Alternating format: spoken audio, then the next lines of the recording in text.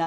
এক, দুই হচ্ছে আপনি যার কথা যেভাবে বলতেছেন যে ধরেন মিজানুর রহমান আজহারি কি আসলে একজন স্কলার কিনা, এখন কেউ কেউ তো এই প্রশ্ন তুলেছেন যে জনাব এনায়েতুল্লাহ আব্বাসীও যথেষ্ট পরিমাণে এই জায়গায় আছেন কিনা। সেজন্য আমি জানতে চাইতেছিলাম যে আপনি যখন আইন হাতে তুলে নেওয়ার কথা বলেন স্যার, সেইটা কি আপনি কিভাবে তার যোগ্য, এবং আপনি ছাড়া আর কে আছেন এটার মধ্যে যোগ্যতার জায়গায় আর কি?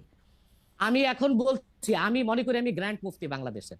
আচ্ছা, আপনি মনে করছেন আপনি গ্র্যান্ড মুফতি? হ্যাঁ, ওকে এবং এটা আমি চ্যালেঞ্জে ওকে ওকে, এইটা এইটা বললে এটা বললে এটা আমার আমার ফতুয়ার বিপক্ষে আমি শোনেন, আমার ফতুয়ার বিপক্ষে যে যাচ্ছে তাকে আমার সাথে বসান, আপনার প্ল্যাটফর্মে বসান।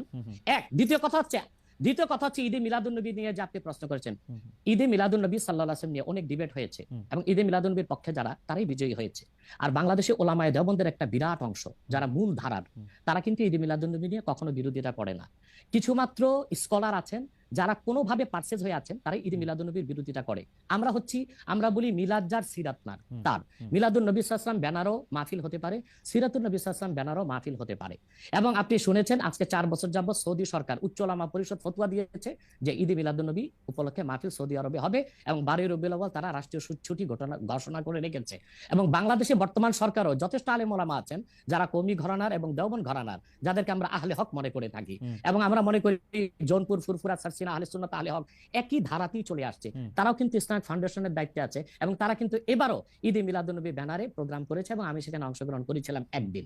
অতএব বিচ্ছিন্নভাবে কে কি ঈদে মিলাদুন্নবীর বিরোধিতা করলো, আব্দুর রাজ্জাক সাহেবের নাম বলেছেন, ওনাকেই বসান আমার সাথে, কথা বলি, সংলাপ হতে তো কোনো দোষ নাই।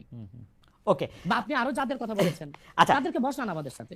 আচ্ছা, আমার এখানে একটা সম্পূরক জাস্ট প্রশ্ন আছে আইনের ব্যাপারে। যেহেতু তেহরিকে খতমে নবুয়তের শাখা যুক্তরাজ্যেও আছে, এখানেও আছে, আপনি একইভাবে এই কথা বা ভারতের পশ্চিমবঙ্গের কথা বলেছেন, এইখানে যেটা বলছেন সেটা কি যুক্তরাজ্য এবং ভারতের পশ্চিমবঙ্গের জন্য প্রযোজ্য? যুক্তরাজ্যেও যদি কেউ এই ধরনের কথা বলে তাকেও কি আপনি এরকম একটা কথা বলবেন বা বলতে পারবেন? জি জি বলবো। আমি যুক্তরাজ্যে যে সাফার করে এসেছি সেটা হ্যাঁ, শোনেন আগে। জি 2 বছর আগে আমি যুক্তরাজ্যে